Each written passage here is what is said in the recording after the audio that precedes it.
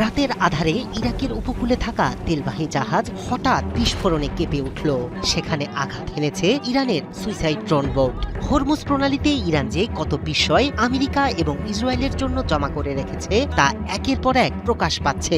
Iran এবার এক ভয়ঙ্কর ছায়াযুদ্ধ বা হাইব্রিড ওয়ারফেয়ার শুরু করেছে। ইসলামী বিপ্লবী গার্ড এখন সাধারণ কাঠের তৈরি মাছ ধরার নৌকার ছদ্মবেশে বিস্ফোরক ভর্তি ড্রোন বোট বা সুইসাইড স্কিপ মোতায়েন করছে, যা বিশ্বের অন্যতম ব্যস্ত এই জলপথে এক নতুন আতঙ্ক তৈরি করছে। এই নৌকাগুলো সাধারণত 20 ফুট দৈর্ঘ্যের কাঠের নৌকার মতো হওয়ায় রাডারে ধরা পড়া বা শনাক্ত করা অত্যন্ত কঠিন। ইরান এই নৌকাগুলো নিয়ন্ত্রণে এনক্রিপ্টেড রেডিও কমিউনিকেশন বা ফ্রিকোয়েন্সি হপিং প্রযুক্তি ব্যবহার করছে।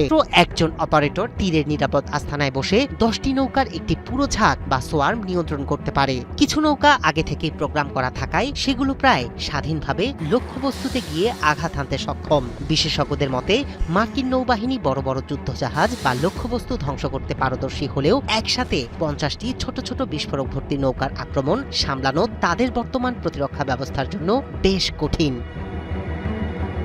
হরমুজ প্রণালীর ভৌগোলিক অবস্থান ইরানের এই ধরনের সস্তা অথচ বিধ্বংসী আক্রমণের জন্য অত্যন্ত অনুকূল। একটি সাধারণ মাছ ধরার নৌকার ভিতর বিস্ফোরক ভরে দিলে তা খুঁজে বের করা খড়ের গাদায় সুই খোঁজার মতো। এর মোকাবিলায় যুক্তরাষ্ট্রকে এখন আকাশপথে ব্যাপক নজরদারি এবং দ্রুত প্রতিক্রিয়া দেখানোর মতো বিশাল বাহিনী মোতায়েন করতে হবে। ইরানের নতুন সর্বোচ্চ নেতা মোস্তফা খামেনি যুক্তরাষ্ট্র ও ইসরায়েলের বিরুদ্ধে চাপ সৃষ্টির হাতিয়ার হিসেবে এই প্রণালী বন্ধ রাখার শপথ নিয়েছেন। এর ফলে বিশ্ববাজারে তেলের দাম হু হু করে বাড়ছে। ইতোমধ্যে খবর পাওয়া গেছে যে ইরান এই জলপথে অন্তত 1 ডজন মাইন বিছিয়ে রেখেছে, যা জাহাজ চলাচলের ঝুঁকি আরও বাড়িয়েছে। মার্কিন ট্রেজারি সেক্রেটারি স্কট বেসেন্ট এবং ব্রিটিশ প্রতিরক্ষা সচিব জন হিলি জানিয়েছেন তারা একটি আন্তর্জাতিক জোট গঠন করে তেলের জাহাজগুলোকে পাহারা দেওয়ার পরিকল্পনা করছেন। তবে সাগরের বুকে এই ছদ্মবেশী কিলার নৌকাগুলোর হাত থেকে জাহাজগুলোকে রক্ষা করা এখন পেন্টাগনের জন্য সবথেকে বড় মাথা ব্যথার কারণ হয়ে দাঁড়িয়েছে।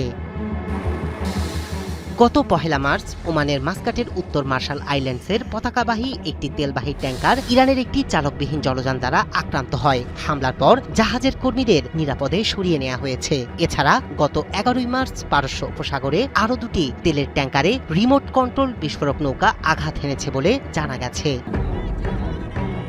রায়হান কবির শুভ্র, 71।